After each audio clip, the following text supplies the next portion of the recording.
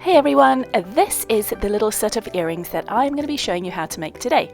So I have this bundle of 3 cutters up on my Etsy at the moment, and I'm going to show you how to make that simple little rose earring. So we've got the long teardrop cutter, we've got the strip rose cutter, and we've got a little simple micro leaf cutter. So I based this around some earrings that I made before. I absolutely love these, but these were handmade, so all the little roses were handmade. I may do another tutorial on another day on how to make those roses by hand, but I thought I would make this a bit simpler for people starting out, or, you know, just wanting to make them a little bit easier. So we're going to start off by making our base, which I always dip in corn flour. I like to work on a ceramic or a glass tile to make sure that your clay sticks to your base rather than the cutter. And this clay for the base is on my thickest setting of my pasta machine, which is about 2 millimeters thick. Okay, so once we have made our base, we're going to start work on our rose.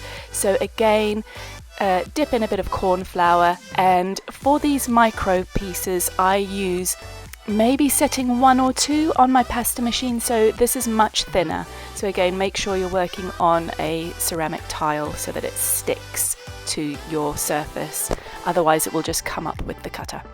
So there we go. Now if you have any corn flour left over, just use a soft little brush and dust the corn flour off and just peel off the remaining clay, and then I use a little tissue blade and just gently lift it off.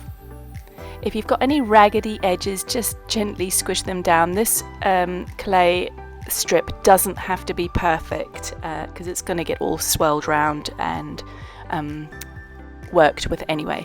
So in the base of your hand, using a rolling ball tool, I like to just soften all the edges. I don't like the petal edges to be very thick. So I'm just manipulating them a little bit to squish them up and outwards a little bit. And then once we're done with that, we're going to start rolling it from the center, and you're literally just going to roll it all the way to the end. And that is as simple as it is. Okay, once we have our little rose, I like to squish the bottom down a little bit. You're going to trim the bottom bit off anyway, but if you squeeze it from the bottom, it tends to open out the flower a little bit, and you can also use your fingers and just manipulate the petals outwards a little bit. I use my scalpel blade to trim it, and then we're going to stick it onto our base using a little bit of liquid clay. So just with my dotting tool, I'm just going to put a tiny little dot on there, and that will act as a little glue once it bakes. And then just gently put your flower on where you want it, and move the little petals to your liking, and there we go, we've got our flower already done.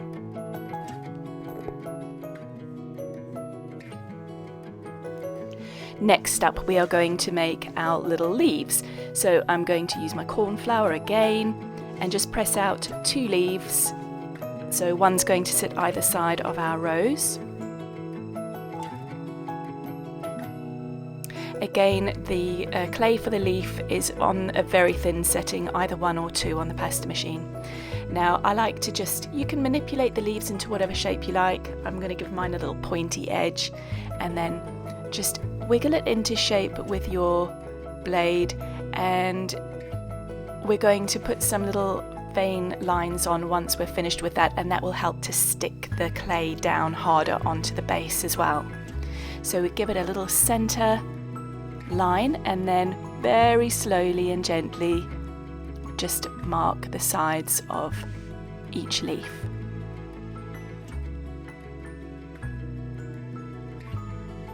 And just be careful not to go too deep with your blade or angle it downwards and mark the rest of your clay.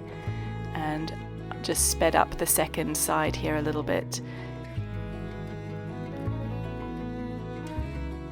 And that's it, done. Okay, now if you wanted to add any more flowers in, sort of like these little ones, I just used little balls of clay there and use a smaller dotting tool like this to press them down in the middle.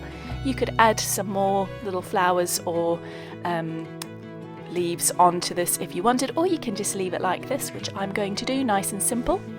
Okay, so I have baked this, I have sanded it, I've drilled it, and I'm now going to add my fixings. So give your jump rings a sideways twist and add on your fixing and sideways twist it back up again. And there we have it, guys. There's one earring already made, and it's as simple as that. So there's my finished set of earrings. I hope that this helped you. I hope that you find it easy to make. If you have any problems or any questions, pop them into the comments down below and I will reply to you, or message me on my Etsy or my Instagram. I'm happy to respond. But there we go, guys. Nice and simple, nice and easy, but they look so pretty. I love them. Okay, guys, I will be doing another tutorial really soon, and if you have any other clay tutorial ideas that you would like me to show down below, just pop them in the comments as well, and I will try my best to make a video. And that's that. This is my photograph session. I'm going to set it all up on my little ring tray here, and I'm going to take my photos to upload this to Etsy, and you will be able to buy this little set of cutters really soon. Okay guys, I hope you enjoyed. Sending you lots of love. Bye bye.